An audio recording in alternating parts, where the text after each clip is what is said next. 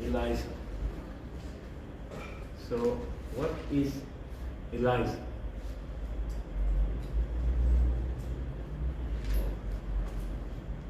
Elisa, it is a quantitative and qualitative measure for detection of antibodies or antigen. Qualitative means presence or absence. Quantitative, if present, how much levels or the amount of antibodies or antigens in your sample. But if someone asks you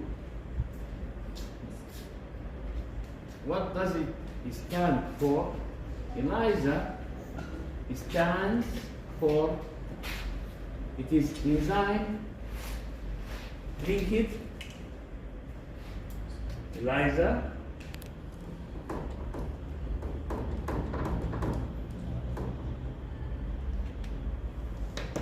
enzyme,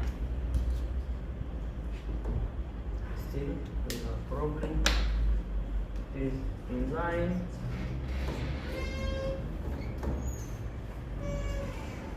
linked immunosorbent assay. So it stands for enzyme, ELISA stands for enzyme linked immunosorbent assay. But it is a qualitative measure. Qualitative means presence or absence. Quantitative, qualitative, and quantitative measure for detection of antibodies or antigens.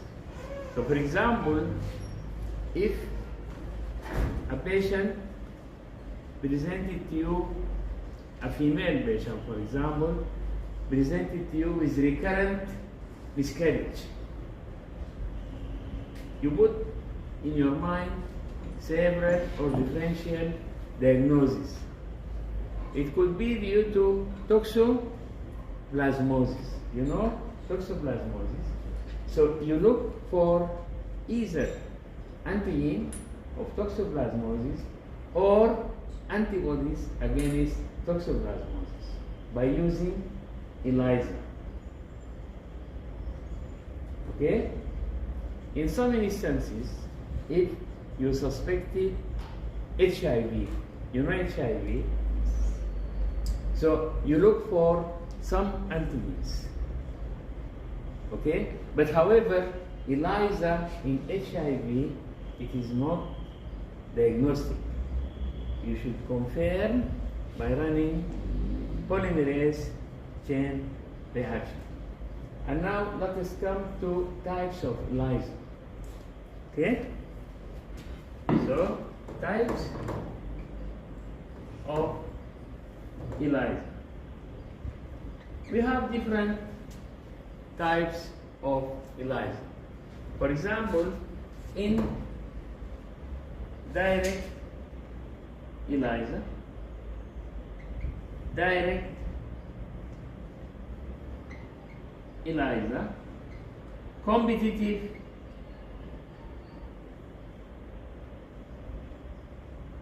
ELISA, and maybe sandwich ELISA.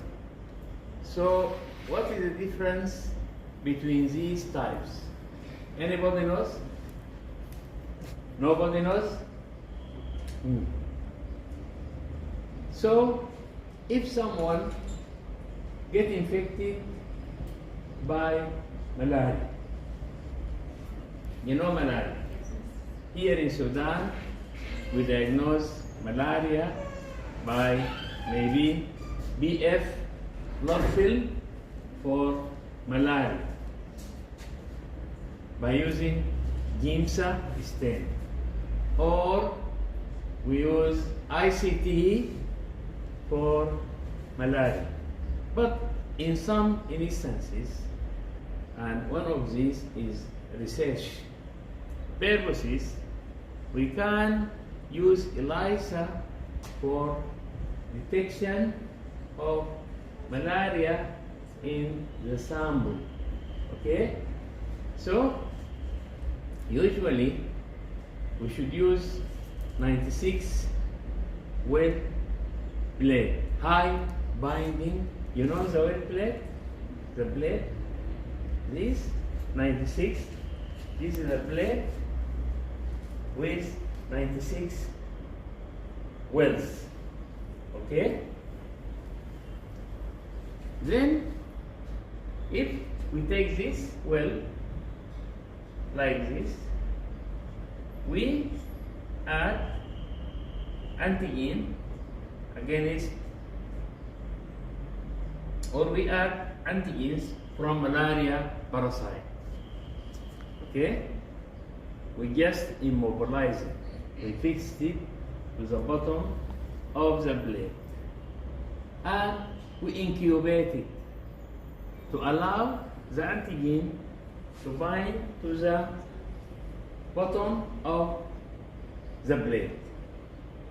Then we wash to remove unbound antigens. Then, following that, we add serum from the patient. So if patient get infected with malaria, his serum contains what? Antibodies against malaria antigens. So these antibodies we will bind to the bound. These antibodies will bind to the bound antigens. Then we incubate and we wash to remove unbound antibodies.